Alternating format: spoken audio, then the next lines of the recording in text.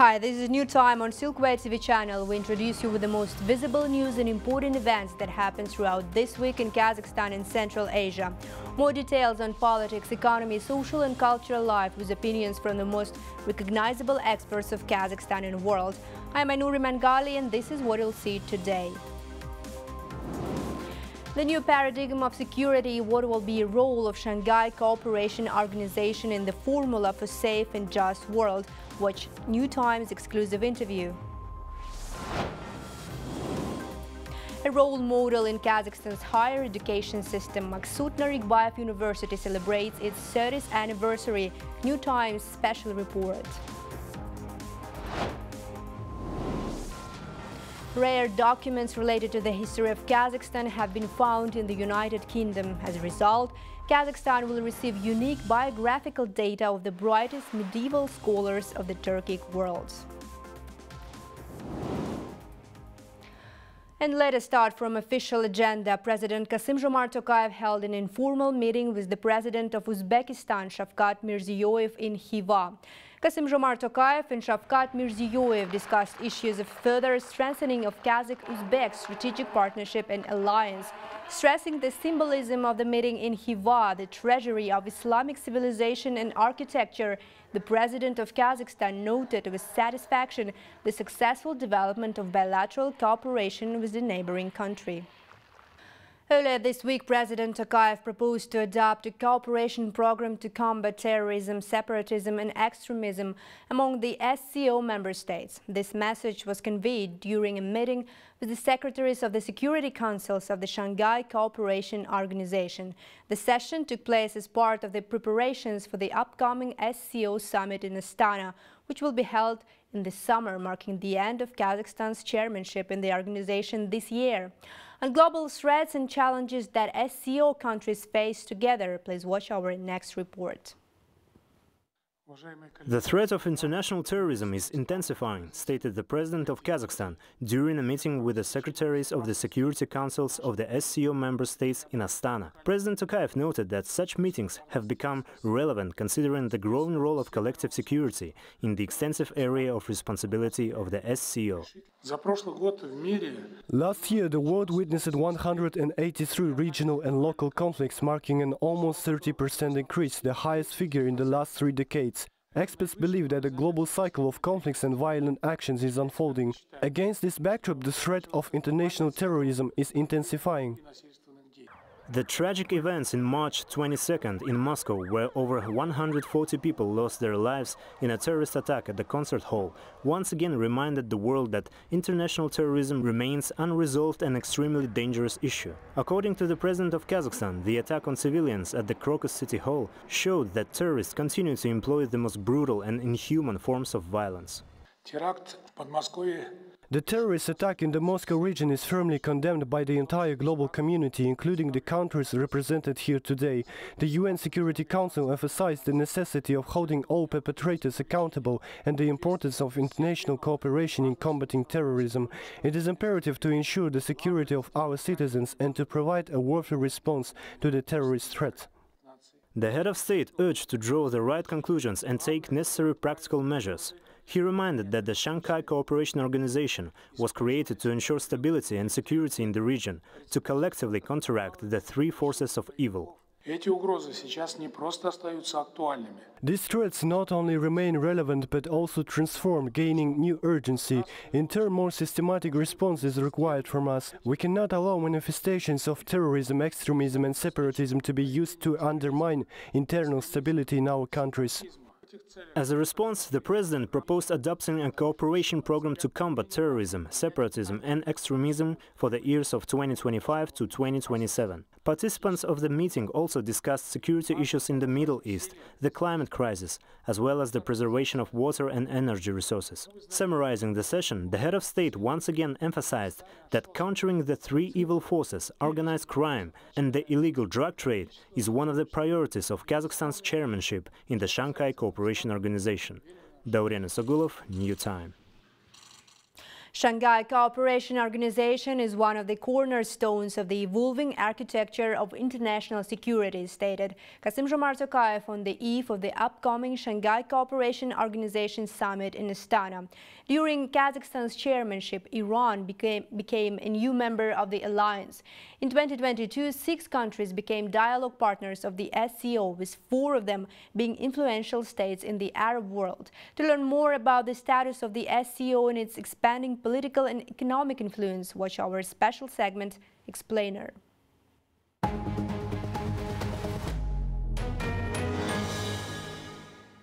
When President of Kazakhstan mentioned the extensive area of responsibility of the SCO, it was by no means exaggerating. Look at this world map.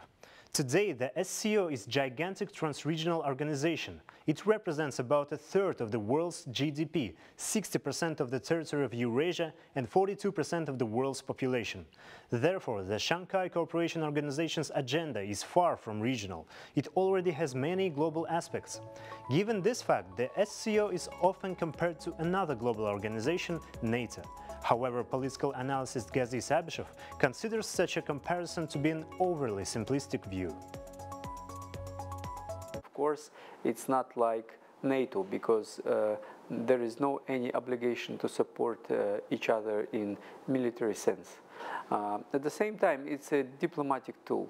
Of course, for example, the half of countries inside CSO, they have a strong relationship with the United States. For example, the India and Saudi Arabia and other members or observers of CSO. So it's just a tool, a diplomatic tool for every member of this organization to expand its influence and to strengthen its position on the international arena. Kazakhstan, the current chair of the organization, was one of the founders of the SCO and its driving force. The SCO was founded in 2001 as a Eurasian entity, uniting political, economic and security interests.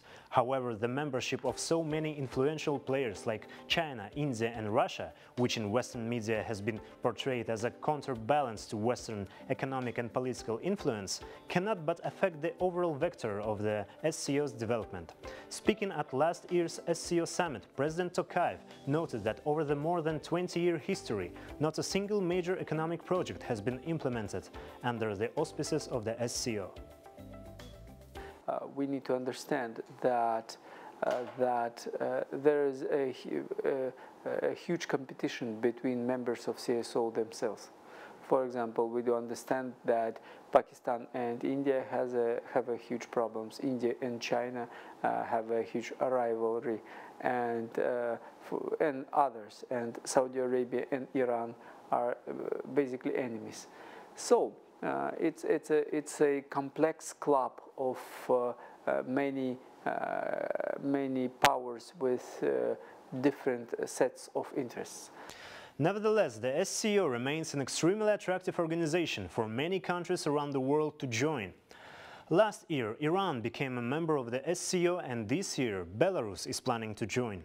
The increase in the international authority of the SCO is facilitated by the consistent expansion of its network of partner organizations, the UN and the Eurasian Economic Union. More connections are being established with the League of Arab States. This year, under the chairmanship of Kazakhstan, the SCO is actively working on such areas of cooperation as removing trade barriers, developing transit opportunities, and combating terrorism. In this sense, the emergence of the SCO was a direct result of joint efforts to ensure stability and security in the vast territories of the Asian continent. Daurian Isagulov, New Time.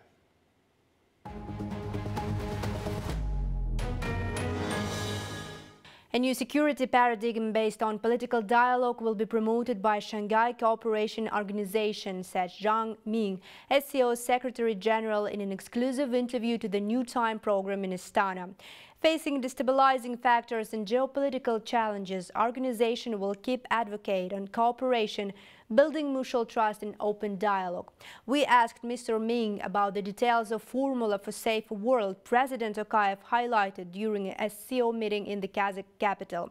Please watch the fragment of the interview right now. The full version of the interview is available on our YouTube channel. Please use QR code you see on the screen to access it.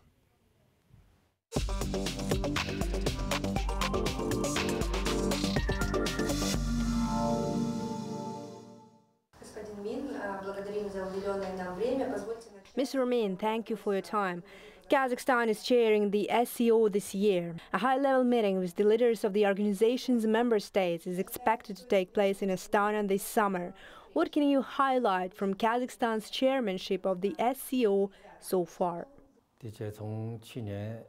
Speaking about the main aspects of Kazakhstan's chairmanship, first of all, we feel the increased attention from the top leadership of your country, our colleagues from the Ministry of Foreign Affairs, state bodies. We feel that our Kazakh colleagues have very strong desire to contribute to the development of the organization during their chairmanship, and every effort is being made to enable the SCO to make another step forward, especially if we take into account the current difficult situation. The focus of the organization is on building political dialogue in the field of security and fighting the so-called three forces of evil: terrorism, extremism and separatism. Speaking of security, given the geopolitical challenges the world is facing today, what is the role of the SCO in addressing issues related to regional security? As you rightly noted, security is always a priority in our organization. The original purpose of establishing our organization was precisely to strengthen security. We're now seeing increasing destabilizing activity. We're facing serious threats in this regard. We have recently seen serious terrorist attacks against civilians in a number of member states, including Russia, Iran, Pakistan. This is a great wake-up call for all of us. I arrived this time in Kazakhstan to participate in the 19th meeting of the security secretaries of the member states of our organization. I have the feeling that all sides are united by the idea that we must constantly strengthen security cooperation, and in no case should our cooperation in this sphere be weakened.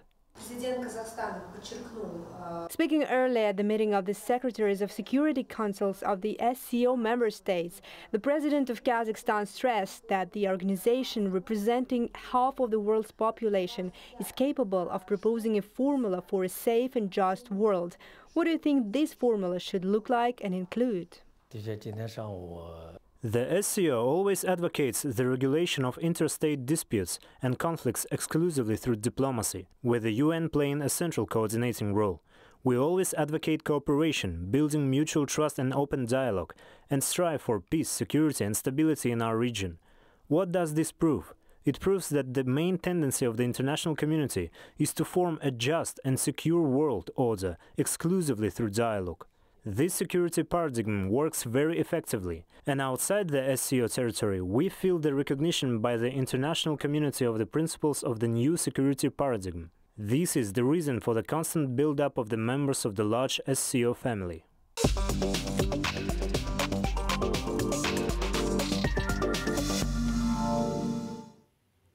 Kazakhstan and Pakistan will continue to strengthen military cooperation. The statement was made during a meeting between Kazakh ambassador Yerjan Kistafin and the Minister for Defense of Pakistan, Khwaja Muhammad Asif, in Islamabad.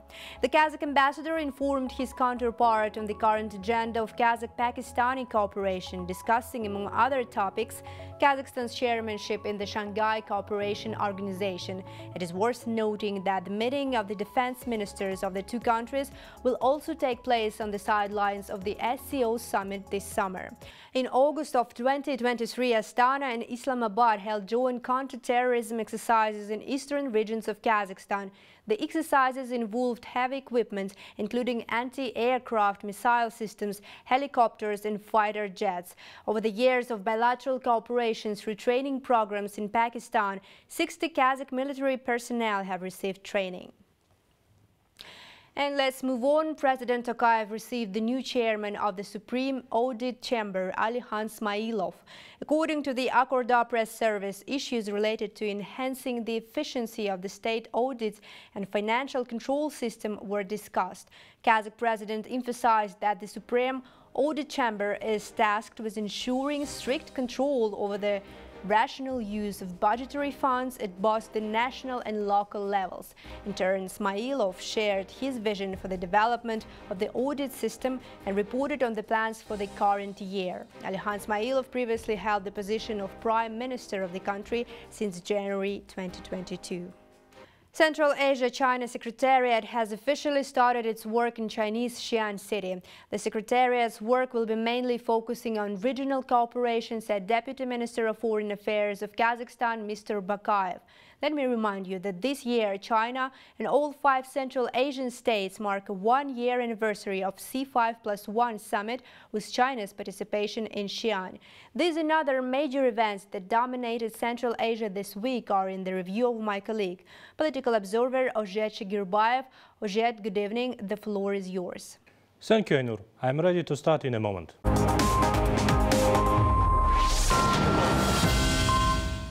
Kazakh Deputy Minister of Foreign Affairs Alibek Bakayev attended the Central Asia-China Secretariat opening ceremony on March 30 in Xi'an, which was chosen as a location for its headquarters.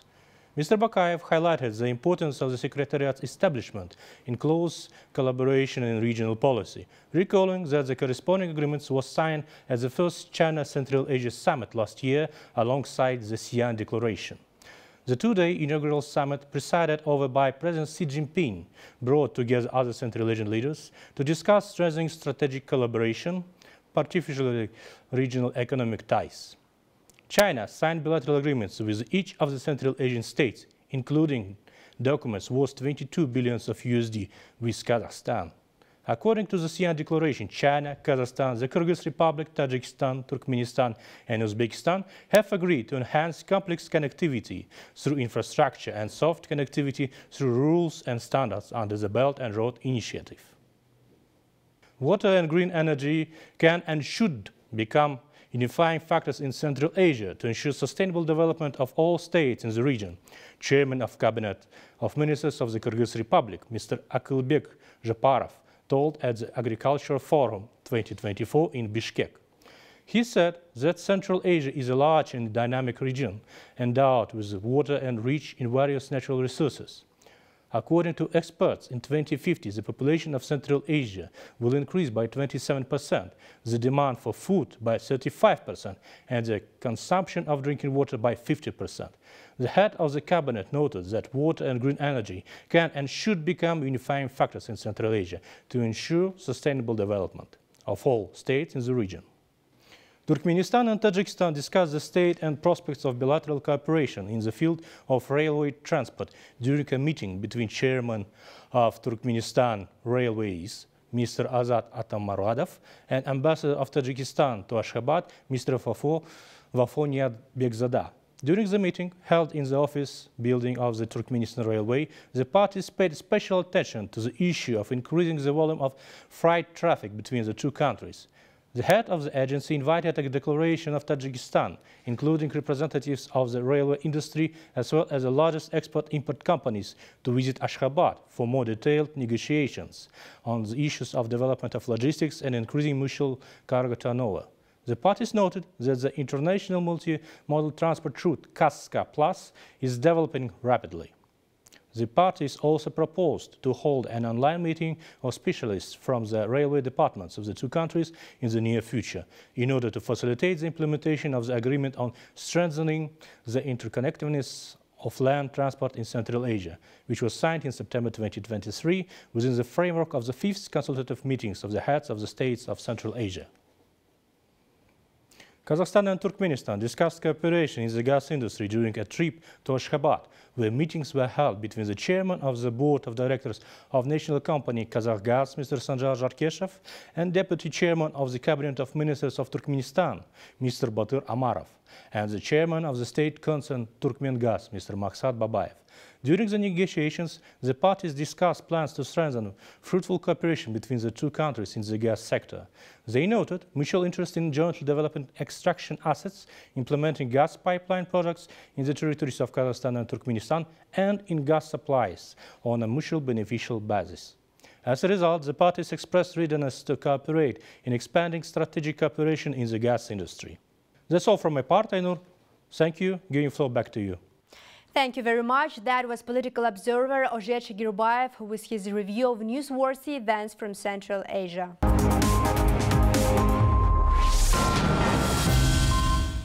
Meanwhile, approximately $1 billion of investment will include projects in green energy with China. One particular example can be a project for the construction of wind farms with an aggregate capacity of 1 gigawatt in Jambil and Pavlodar regions of Kazakhstan. This project will attract investments from the largest Chinese energy and manufacturing corporations.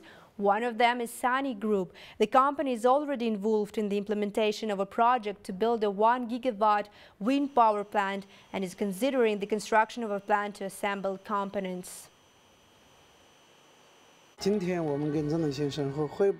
We're already working closely with our Kazakh partners on a project to build a wind farm in Kazakhstan. We're now working on an investment agreement, which we plan to sign in July this year.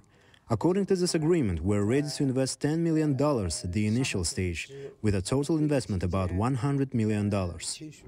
We have had a number of meetings in the energy sector with our Chinese counterparties, companies such as China Power International Company, a leader in the energy sector, one of the largest generation companies in the world. Moreover, we have met with the Sany Group. Sany Group is one of the largest top 500 companies, private companies of China. We will be using equipment of Sany Group to realize our windmill factory of 1 gigawatt, which I've described earlier. Our global strategy is to become a university of world-class status, where employers actively seek our graduates, stated Talgat Narikbayev, chairman of the board of Maksut Narikbayev University. Months ago, MNU became the first university in Central Asia to receive prestigious accreditation from the British agency QAA. This signifies that the educational institution meets the high British and international quality standards. What advantages will Kazakh students now gain, and how is one of Kazakhstan's most renowned universities living today? Please watch our next report. In 2024, this university celebrated its 30th anniversary. And even though we're peers, I wasn't lucky enough to study here at MNU. And I say it with regret, because today Maksut Narikbayev University is a flagship for high-quality education and magnet for professors of global renown. Even the president of France, Emmanuel Macron, lectured students here. So what makes this university so special? Let's find out.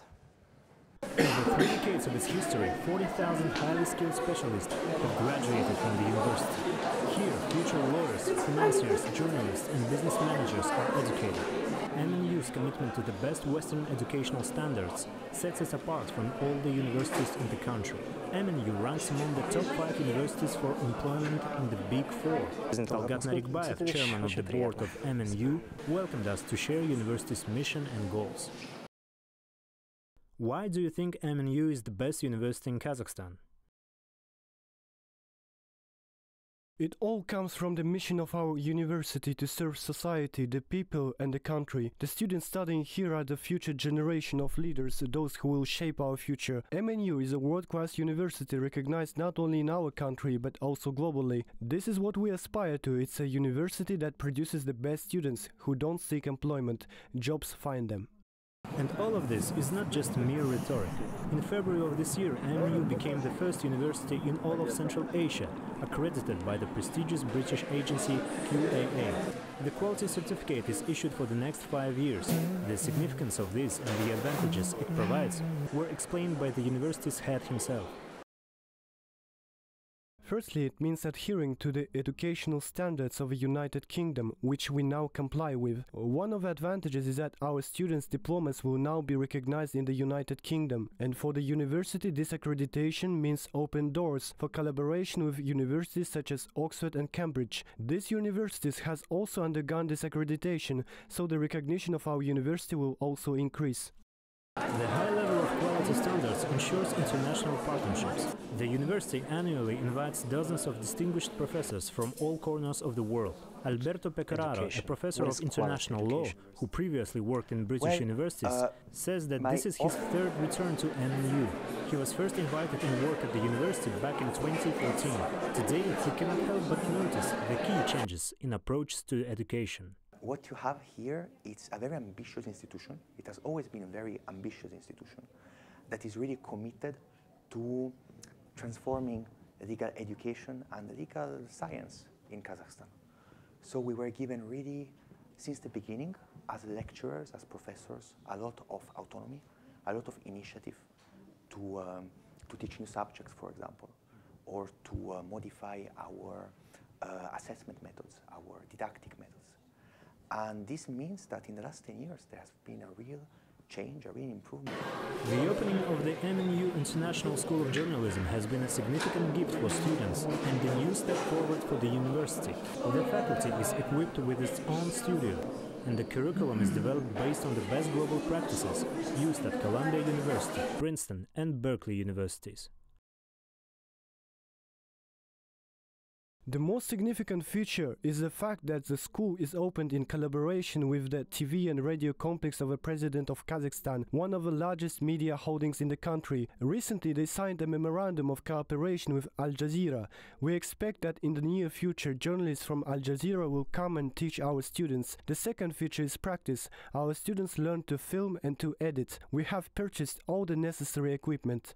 But of course, the most valuable and significant asset of the university is its students. According to Talgat Narikbayev, the portrait of today's student is that of a person who seeks knowledge, serves the country interests, and realizes him or herself as a multifaceted and creative individual.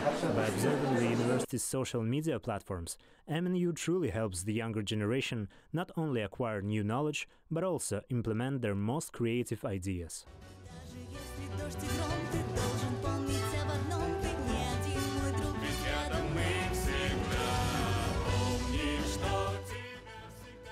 Ilyas Tulkabay, Nurbolat Askerbekov, New Time.